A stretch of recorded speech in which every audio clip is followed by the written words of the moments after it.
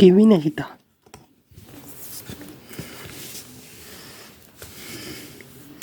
Il était une fois, à l'oreille d'une grande forêt, une modeste maison où habitait un bûcheron et sa femme. Ils vivaient très misérablement avec leurs petits jumeaux, le garçon, Kevin, et la petite fille, Rita. Cette année-là, une grande famine s'abattit dans le pays. Et un jour, à la maison du bûcheron, il n'y eut plus rien à manger. Les parents ne pouvaient se résoudre à laisser leurs enfants mourir de faim.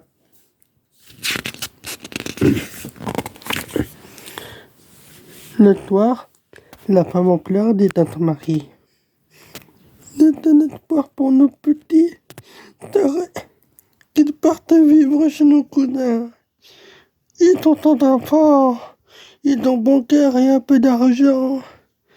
Mais la maison des cousins était éloignée à l'autre bout de la forêt, que les parents tant affaiblis par des mois de privation ne s'en sentirent pas la force d'accompagner leurs enfants. La mère ne voulait pas qu'ils s'en aident. Elle craignait qu'ils se perdent.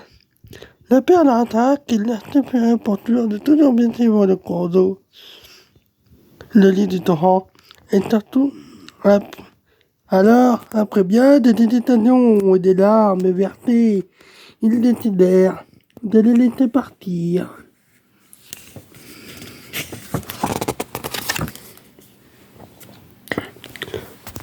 Le lendemain,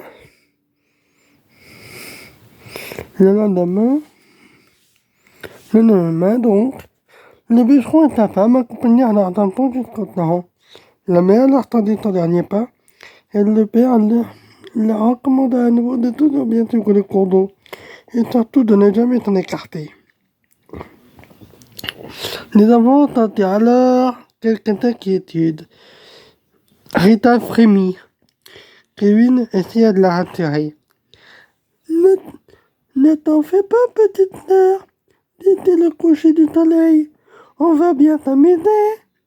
Ils s'embrassèrent tous avec émotion et les petits s'enfoncèrent dans l'immense forêt. Ils cheminèrent de longues heures et les bruits du torrent toujours les accompagnaient. Parfois, ils devaient marcher dans l'eau, car le bord était encombré de bruissons touffus. Elle était froide et ils finirent par avoir les pieds glacés.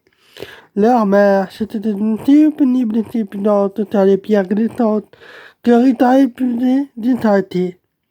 Ils s'assirent alors sur un tronc d'arbre pour reprendre quelques forces et se sécher un peu.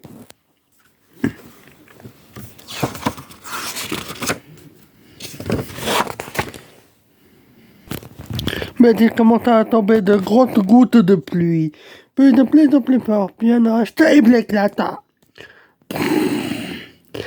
Kevin prit la main de sa petite sœur et en toute hâte, ils cherchèrent un refuge. À la lueur d'un éclair, ils aperçurent une petite grotte. Lorsqu'ils furent enfin à l'abri, exténués par leur marche et par leur émotion, ils s'assoupirent sur un tapis de feuilles et s'endormirent bientôt. Profondément. À l'aube, les petits jumeaux furent délicatement habillés par le chant des dodos, tout accompagnés par une bonne nuit de sommeil. Ils sortirent de la grotte. Après il faisait beau. Mais soudain, ils se regardèrent inquiets. Ils n'entendaient plus aucun bruit d'eau. Où était le ruisseau? Dans leur précipitation s'abritait là, ils s'en étaient trop éloignés. Maintenant, ils ne reconnaissaient plus rien.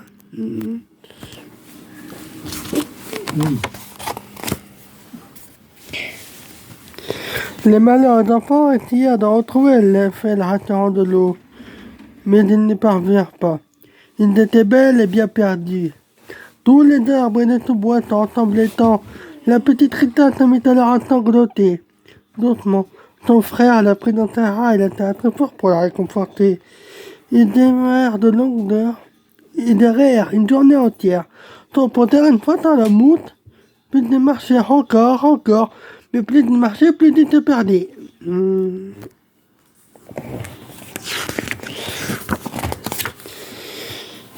Ils étaient au bord de l'épuisement lorsqu'un bel oiseau blanc ronchant merveilleux et doux vint se poser près d'eux. Les enfants l'écoutèrent avec ravissement. Puis est vu à travers les feuillages. C'est ainsi que le oiseau les entraînait jusqu'à une étrange petite maison. En s'approchant, il fut surpris de voir que les murs étaient en pain d'épices, le toit en pâte d'amande, la fenêtre en caramel, la porte en chocolat et la cheminée en nougat. Dans les jardins poussaient même des citrons. Les enfants n'en croyaient pas leurs yeux. Quelle veine! S'écria Kevin en se jetant dans le caramel. Cueillez donc les citrons. Moi je vais goûter une fenêtre. Et tous les deux en riant commencèrent à croquer qui a un bout de cette formidable maison, qui a un bout de cet extraordinaire jardin.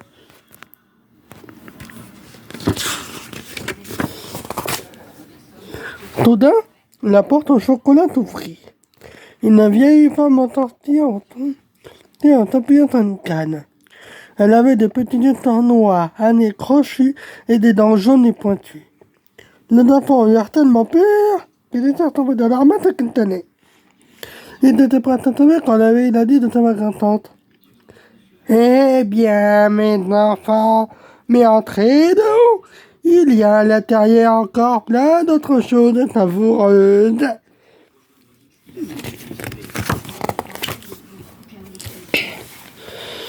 Elle les prit par la main et les fit entrer.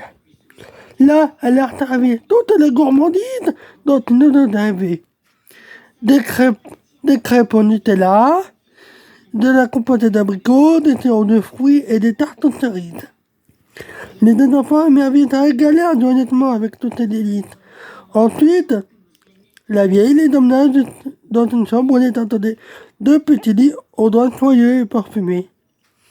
Kevin et Rita furent enchantés de s'y coucher et s'endormirent presque aussitôt et souriaient encore en rêvant. Mais la vieille femme était en réalité une cruelle sorcière. Sa maison en peu d'épices n'était qu'un piège pour attirer les enfants. Elle n'y voyait pas très clair, mais comme toutes les sorcières, elle avait un odorat très fin. Elle flairait les petits de très loin.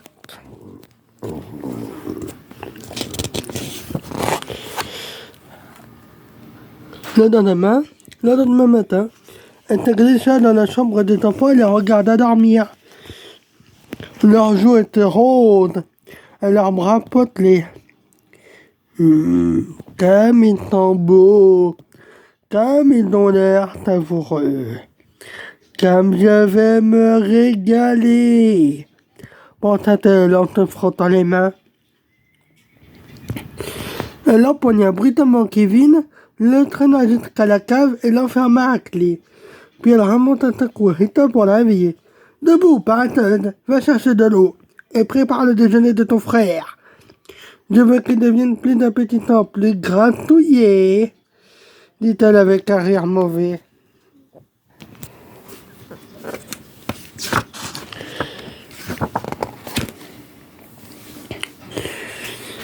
Hop. La petite fille fut épouvantée quand elle comprit les sinistres intentions de la vieille. Elle pleurait à chaudes larmes, mais il lui fallait bien obéir. À partir de ce jour, elle prépara, sous le regard méchant de la sorcière, elle prépara les mets les plus délicieux et les plus copieux pour son jumeau. Chaque matin, la vieille allait dans la cave et criait « Kevin, passe ton petit doigt par la grille, que je vois si tu es devenu un tel gras. » Mais Kevin, qui était très malin, s'était aperçu que la vieille n'y voyait pas grand-chose. Alors à chaque fois, il lui tendait un petit temps à la pointe de son doigt. La vieille le tâtait et se disait « Oh là là là là là là, il ne graisse pas vite, hein. Pourtant avec tout ce qu'il avale, ce n'est pas encore demain que je pourrai le manger. »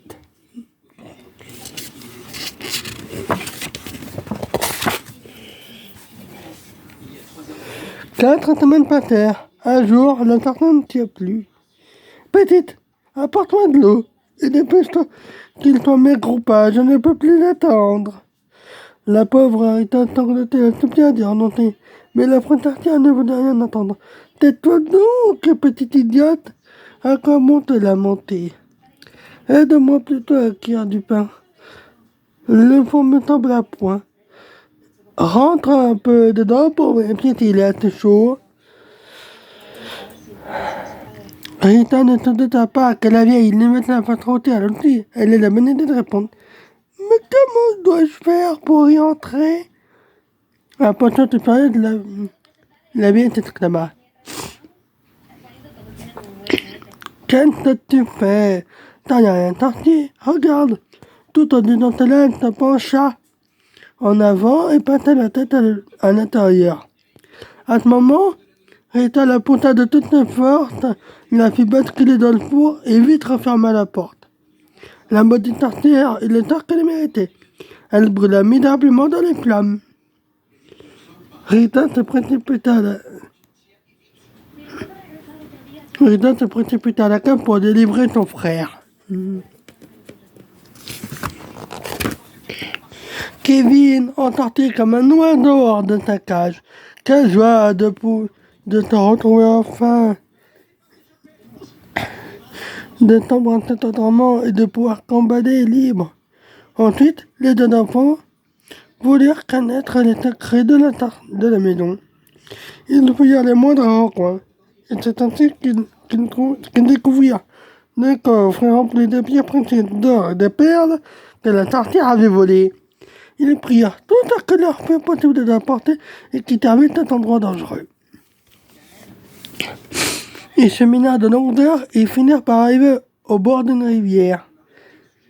Au bord d'une large rivière qui coulait paisiblement tous les grands chênes, tous de grands arbres.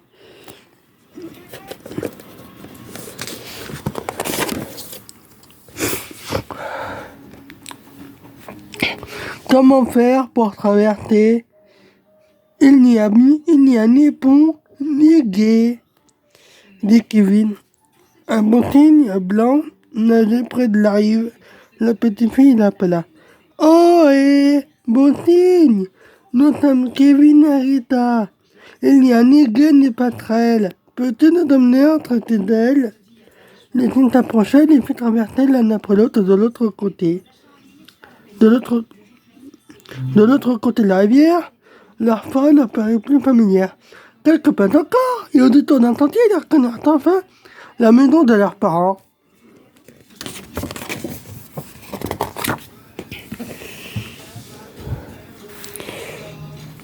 Ils s'approchèrent doucement et regardèrent par la fenêtre. Leur mère sanglotait et leur père dit justement. Nos pauvres enfants, où sont-ils maintenant? Nous voilà! Cria les deux jumeaux en entrant et en se jetant dans leurs bras. Ça fait des embrassades, des rires et des larmes de joie. Et lorsque Etamena son tablier et Kevin toutes ses poches, les bijoux, les pierres précieuses roulèrent dans le sol comme une cascade étincelante. Tous vécurent heureux, sans jamais plus avoir faim, sans souci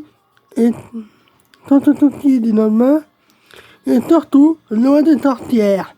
Ils savaient maintenant que leur maléfice pouvait parfois prendre l'apparence trompeuse d'un esquif en d'épices.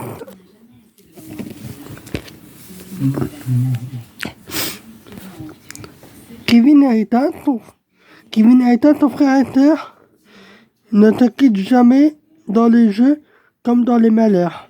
Quand la famine oblige les parents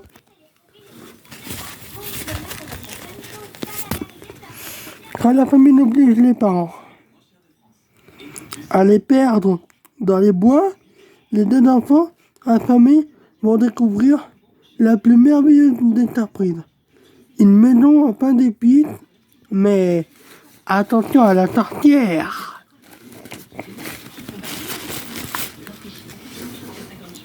Il a quel âge, Bibou?